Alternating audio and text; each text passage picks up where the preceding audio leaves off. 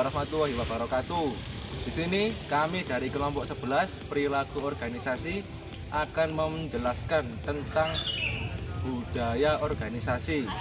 Sebelumnya, perkenalkan dulu, nama saya Muhammad Wahyudin Khairi, NIM 1811289, dan ini rekan saya. Nama saya Foli Sotuhiki, NIM 1861131. Saya akan menjelaskan pengertian budaya organisasi. Budaya organisasi adalah suatu karakteristik yang ada pada sebuah organisasi dan menjadi pedoman organisasi tersebut. Ada juga definisi budaya organisasi dari para ahli yang disimpulkan, yaitu budaya organisasi merupakan suatu kebiasaan atau tata cara yang biasanya dilakukan oleh hampir seluruh anggota organisasi atau perusahaan, di mana tata cara tersebut tidak tertulis namun telah melekat erat pada diri anggotanya dan merupakan ciri khas organisasi tersebut. Yang nomor 2, budaya yang kuat versus budaya yang lemah. Organisasi yang memiliki budaya yang kuat biasanya dipandang oleh orang luar memiliki daya tarik tersendiri, suatu getaran yang berbeda sehingga banyak yang menggunakannya. Dalam budaya organisasi yang kuat, ada semacam kesatuan cita-cita yang disebut dengan misi yang menjadikan panutan bagi setiap manajer untuk mengikutinya. Karena fondasi yang sudah kuat, maka budaya organisasi yang kuat cenderung tidak akan berubah meskipun terjadi pergantian kepemimpinan. Sedangkan jika budaya organisasi itu lemah, maka akan cenderung berubah jika terjadi pergantian pemimpin. Yang ketiga adalah budaya versus formalisasi. Suatu budaya yang kuat dapat bertindak sebagai suatu pengganti untuk formalisasi. Formalisasi tinggi dalam suatu organisasi dapat menciptakan ketertiban, terprediksi, dan konsistensi. Pokok pembicaraan kita adalah bahwa suatu budaya yang kuat dapat mencapai tujuan yang sama tanpa perlu dokumentasi yang tertulis. Yang keempat adalah fungsi budaya organisasi. Fungsi budaya organisasi ini ada 5. Yang pertama batas, yang kedua identitas, yang ketiga komitmen, yang keempat stabilitas, yang kelima pembentukan sikap dan perilaku. Yang kelima adalah budaya menciptakan iklim.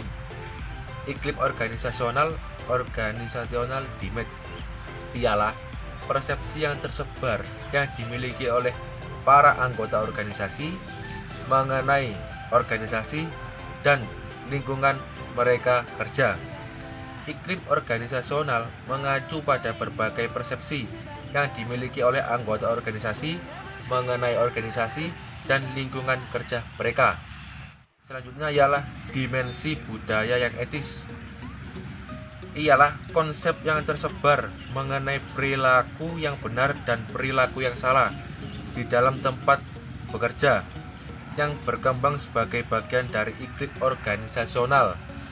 Iklim yang beretika mencerminkan nilai dari organisasi yang sebenarnya dan membentuk pengambilan keputusan yang etis bagi para anggotanya. Yang keenam adalah budaya sebagai suatu aset. Indonesia merupakan suatu negara yang sangat kaya akan keanekaragaman budaya.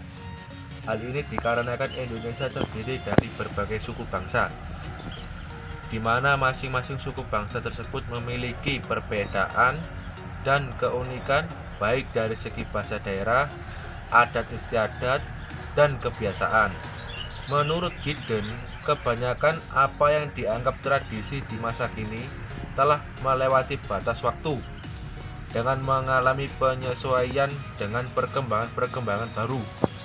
Dalam hal ini diwakili oleh budaya lokal yang memiliki nilai-nilai yang tinggi, baik nilai-nilai bersifat filosofis, sosiologis, dan produk budaya yang dihasilkan dari semangat budaya yang khas. Dengan bahasa lain, budaya lokal adalah budaya yang sangat eksotis. Baiklah, saya akan melanjutkan presentasi sebelumnya. Yang ketujuh yaitu budaya sebagai sebuah kewajiban. Budaya dapat mendorong komitmen organisasi dan meningkatkan konsistensi perilaku pekerja, serta memberikan manfaat bagi organisasi. Budaya juga berharga bagi para pekerja, karena menguraikan bagaimana hal-hal dilakukan dan mana yang penting. Yang kedelapan, menciptakan dan mempertahankan budaya. Penciptaan budaya terdiri dalam 3 cara, yaitu yang pertama, para pendiri merekrut dan mempertahankan hanya para pekerja yang berpendapat dan merasakan hal yang sama dengan yang mereka lakukan. Yang kedua, mereka menanamkan dan mensosialisasikan cara mereka dalam berpikir dan merasakan terhadap para pekerja. Yang ketiga, perilaku dari para pendiri sendiri mendorong para pekerja untuk mengidentifikasi dengan mereka dan menginternalisasikan keyakinan, nilai, dan asumsi mereka. Yang kesembilan, bagian penting dalam mempertahankan suatu budaya, yakni ada 3. Yang pertama dengan pemilihan, yang kedua dengan manajemen puncak, yang ketiga dengan sosialisasi. Yang ke-10, cara karyawan mempelajari budaya. Ada 4 cara. Yang pertama dengan cerita, yang kedua bisa dilakukan dengan ritual, yang ketiga bisa dengan simbol, dan yang keempat bisa dengan menggunakan bahasa. Yang ke-11, menciptakan budaya organisasi yang beretika. Yang pertama, menjadi panutan yang terlihat. Yang kedua, mengomunikasikan ekspektasi yang beretika. Yang ketiga, menyediakan pelatihan yang beretika.